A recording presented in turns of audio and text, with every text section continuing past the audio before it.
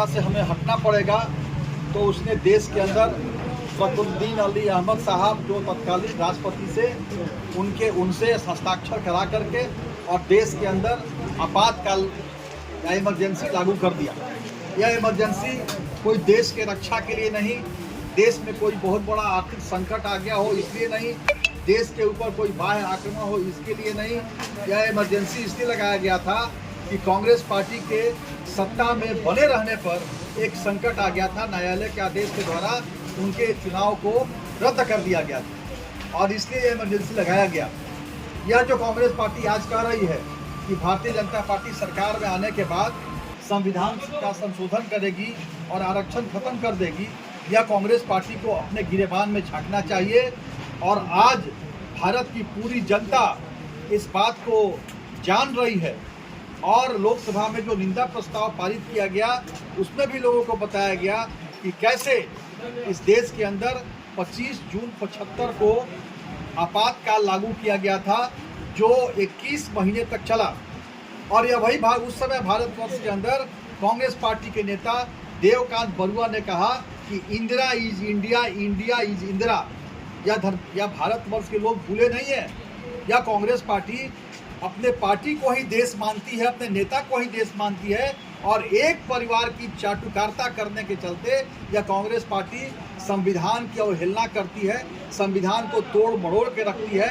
संविधान द्वारा जो प्रदत्त अधिकार, जो हमारे मूलभूत अधिकार भारत के नागरिकों को दिया गया, उसको छिन्न भिन्न कर दी, उस अधिकारों को जब्त कर लिया।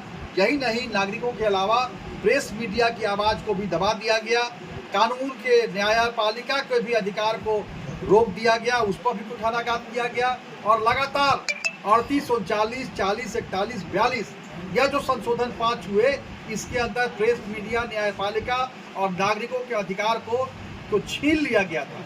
और ये वही कांग्रेस पार्टी है जिसने जामिया मिलिया इस्लामिया में अल्पसंख्यक तुष्टीकरण की नीति के तहत वहाँ ST, OBC मोर्चा के आरक्षण को समाप्त कर दिया। और वो कांग्रेस पार्टी आज गलत नैरेटिव सेट कर रही है देश के अंदर कि भारतीय जनता पार्टी आएगी तो संविधान को बदलेगी, आरक्षण को खत्म कर देगी।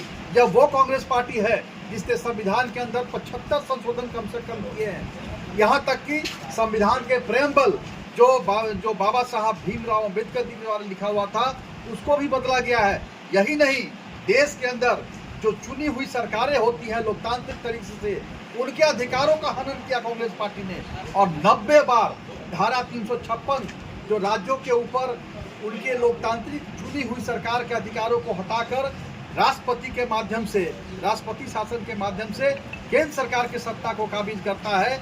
इस देश के अंदर 90 बार राज्यों में धारा 356 लगाया गया और वहाँ की चुनी हुई सरकारों को हटाकर कांग्रेस पार्टी ने अपना एजेंडा केंद्र सरकार के माध्यम से, राष्ट्रपति शासन के माध्यम से चलाया है।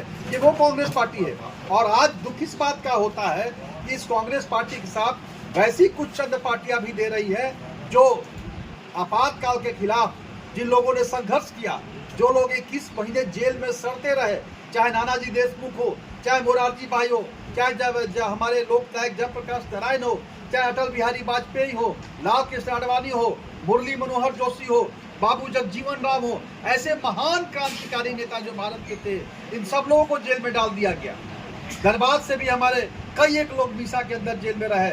ऐसे लोगों के खिलाफ, जो ऐसे लोगों के पक्ष में और कांग्रेस सरकार के विरोध में जिन लोगों ने आंदोलन किया, जिनका जन्म इस आपातकाल के आंदोलन के खिलाफ हुआ था, ऐसी राजनीतिक पार्टियां आज अपने स्वार्थ के लिए, सत्ता लोलुपता के कारण कांग्रेस पार्टी से गठबंधन करके या तो सत्ता में है या सत्ता की चाह रख रहे हैं और उसके लिए भारतीय जनता पार्टी का विरोध कर रही है। यह दुर्भाग्यपूर्ण है। जनता इस बात को समझ रही है और ऐसे पार्टियों को आने वाले समय में इस बार औकात बताएगी कि जिसका जन्म कांग्रेस पार्टी के खिलाफ हुआ, बिना किसी सिद्धांत के वो लोग कांग्रेस पार्टी से समझौता करके और शासन की तरफ बात देख रहे हैं। इसलिए हम भारतीय जनता पार्टी के कार्यकर्ता कांग्रेस पार्टी के इस चरित्र का घोर विरोध करते हैं, इनके अल्पसंख्यक तुष्टीकरण की नीति का विरोध करते हैं। या शाहबान होकर न्याय जब आया तो किस प्रकार से संविधान में संशोधन करके इन्होंने सुप्रीम कोर्ट के अधिकार को भी चुनौती दे दिया,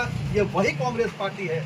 और इसलिए आज जो एनडीए सरकार ने लोकतंत्र के को बचाते हुए जो संसद के अंदर इनके खिलाफ निंदा प्रस्ताव पास किया है, पूरी जनता इसका दिल खोलकर स्वागत करती है। और इस आपातकाल के और कांग्रेस पार्टी का जो झूठ है ये जनता के सामने सत्य बनकर के सामने आ रहा है। आपातकाल के जो काले दिन थे वह सब जनता देख रही समझ रही है। और आने वाले दिन में यह कांग्रेस पार्टी जो लोकतंत्र की हत्या करने वाली पार्टी है, जो नागरिकों के अधिकार को छीनने वाली पार्टी है, इसका पुरजोर विरोध जनता करेगी।